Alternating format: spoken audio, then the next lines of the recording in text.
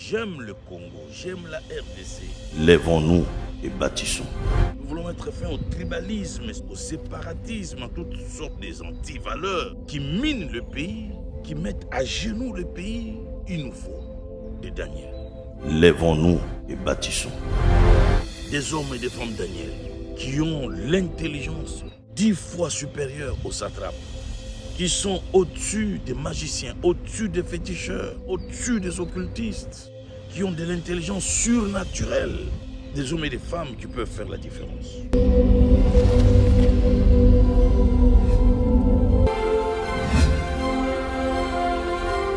Lèvons-nous et bâtissons.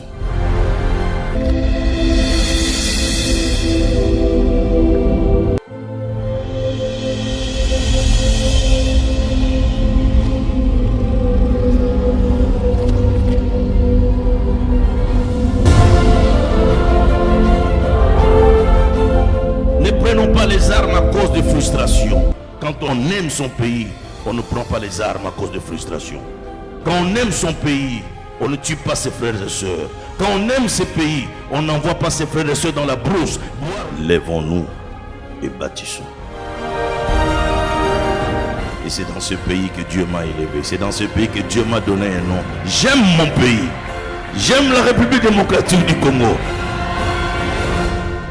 Très chers compatriotes, mesdames et messieurs, frères et sœurs dont les Seigneurs Shalom, les compagnons de Daniel, c'est votre cadre, c'est votre regroupement, c'est votre plateforme. Pourquoi les compagnons de Daniel et pourquoi Daniel? Daniel parce que c'est un personnage qui m'inspire. Les compagnons de Daniel, c'est un regroupement d'intellectuels chrétiens nés de nouveau. Je dis bien nés de nouveau.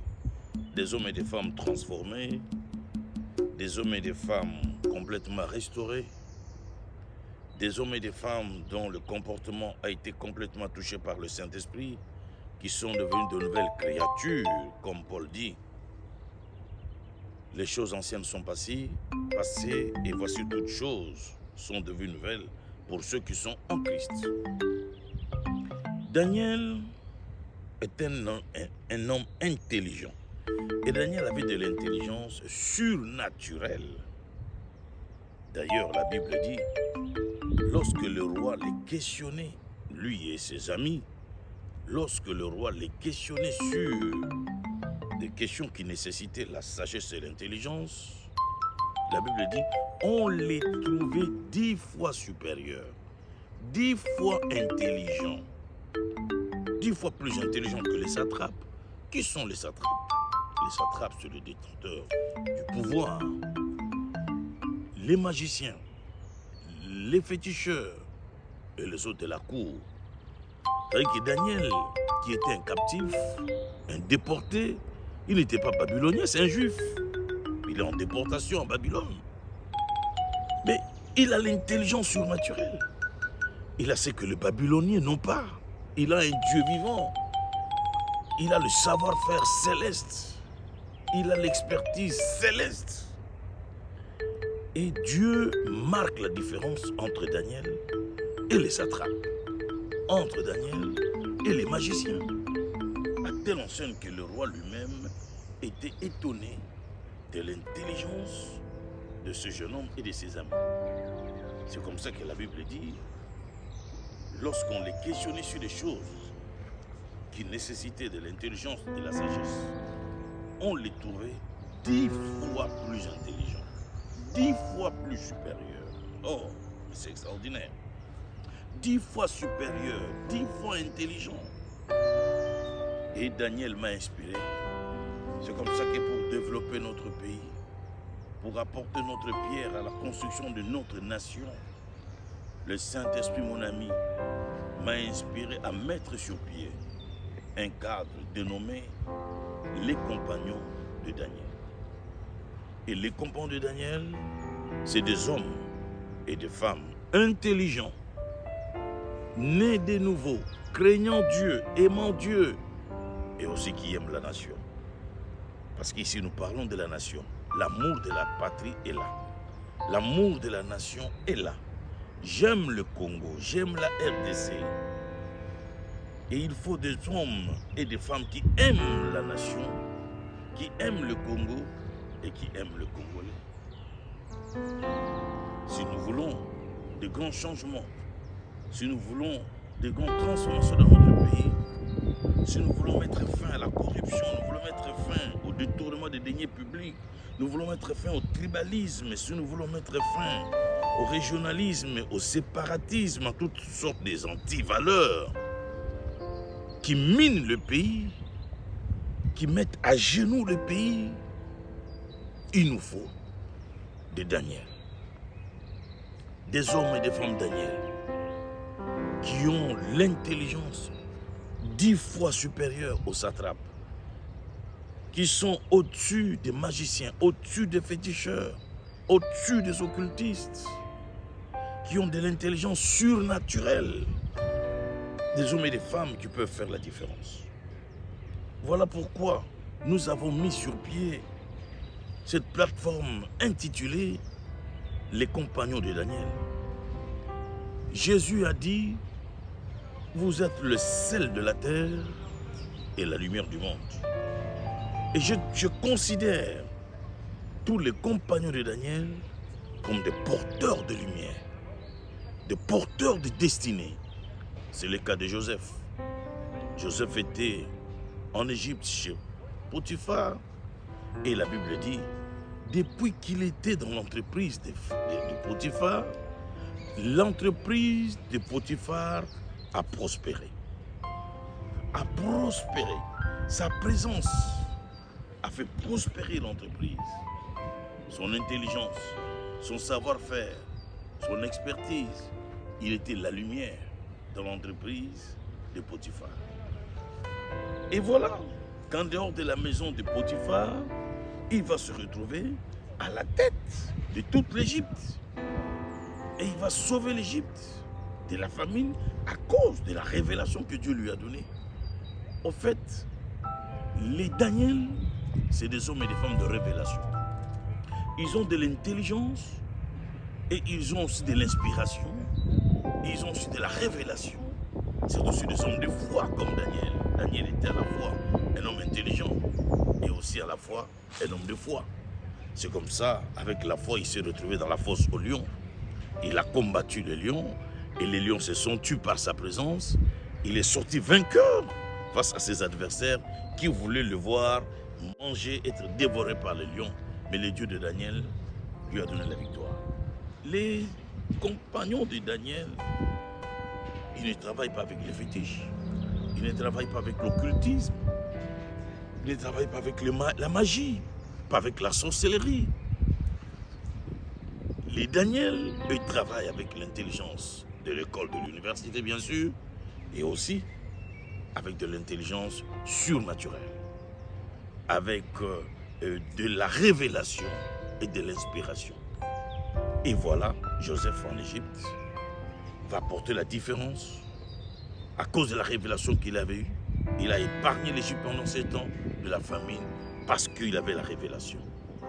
Les compagnons de Daniel, c'est des hommes et des femmes porteurs de lumière, porteurs de destinée. Partout où ils sont, le succès les accompagne. Dans n'importe quelle sphère, ils influencent. Dans n'importe quel secteur où ils se retrouvent, ils influencent. Dans n'importe quel domaine, ils influencent.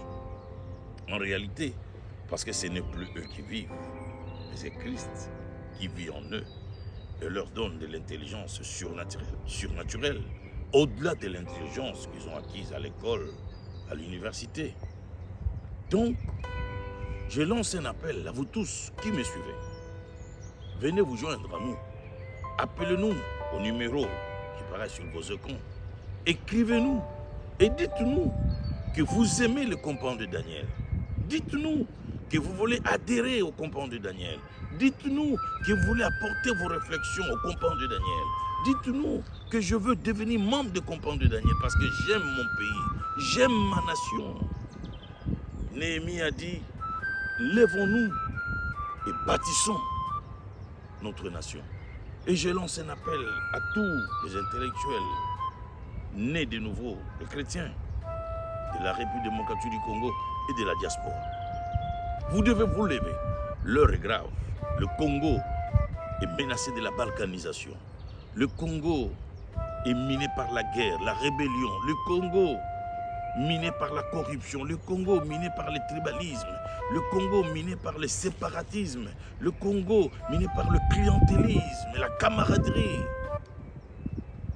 Qui peuvent sauver le Congo? Qui peuvent délivrer le Congo de ce jour? Je pense, à mon avis, ce sont des Daniel.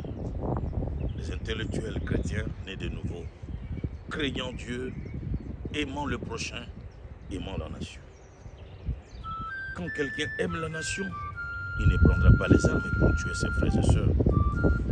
Quand quelqu'un aime la nation, il n'enverra pas ses frères et sœurs dans la brousse, manger les racines et boire de l'eau non potable et mourir de la faim. Il ne prendra pas les armes pour tuer ses propres frères et sœurs. Quand quelqu'un aime le Congo, il ne veut pas trahir son pays. Mais au Congo, qu'est-ce que nous ne vivons pas aujourd'hui? La trahison. Qu'est-ce qu'on ne vit pas aujourd'hui? La rébellion. Qu'est-ce qu'on ne vit pas aujourd'hui? Les tueries. Et les gens s'en vantent. Ils se glorifient de tuer leurs propres frères et sœurs. Des enfants de 3 ans, 4 ans, qui pouvaient devenir pasteurs comme moi un jour, devenir médecins comme vous un jour, devenir ministre comme vous un jour. Mais à 3 ans, on arrête sa destinée par la volonté des rebelles, par la volonté des méchants, par la volonté des tueurs, par la volonté des criminels, des barbares. Et ces mêmes gens qui le font veulent venir un jour diriger les mêmes gens qu'ils tuent. Je trouve ça inconcevable. Et voilà pourquoi j'ai dit, quand on aime le pays, on ne prendra pas les armes. Quand on aime le pays, on ne tue pas ses propres frères et sœurs.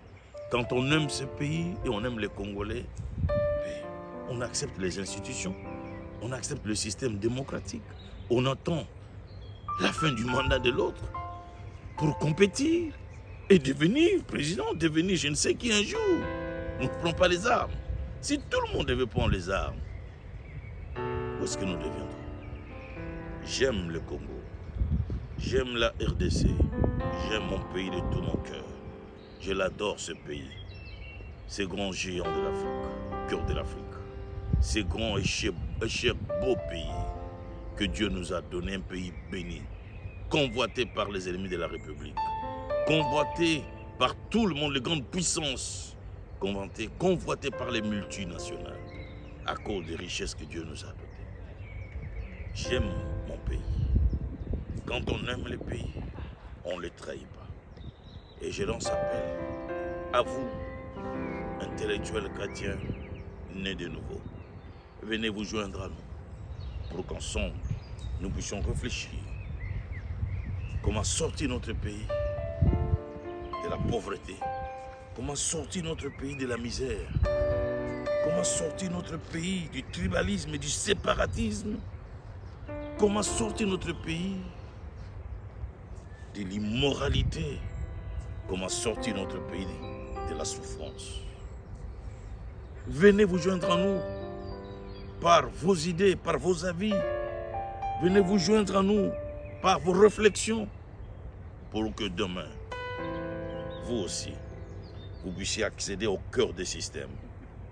Pour que demain, vous aussi, vous puissiez accéder aux sphères les plus élevées et que vous puissiez faire la différence comme Joseph, faire la différence comme Esther, faire la différence comme Daniel, faire la différence comme Néhémie. C'est possible. Les compagnons de Daniel, c'est votre affaire. Le combat de Daniel, ça vous concerne. Le combat de Daniel, c'est une bénédiction pour la nation. J'ai dit merci Seigneur pour ce regroupement. Merci Seigneur pour cette plateforme, parce que cette plateforme est salutaire pour mon pays, la République démocratique du Congo. Depuis l'indépendance jusqu'à ce jour, on a tout essayé. Des professeurs d'université, des éminents professeurs, des intellectuels de tous bords. Mais depuis 60 jusqu'à ce jour, nous sommes dans les chaos, nous sommes dans les mensonges, dans les détournements, nous sommes dans beaucoup de choses. Voilà pourquoi les compagnons de Daniel.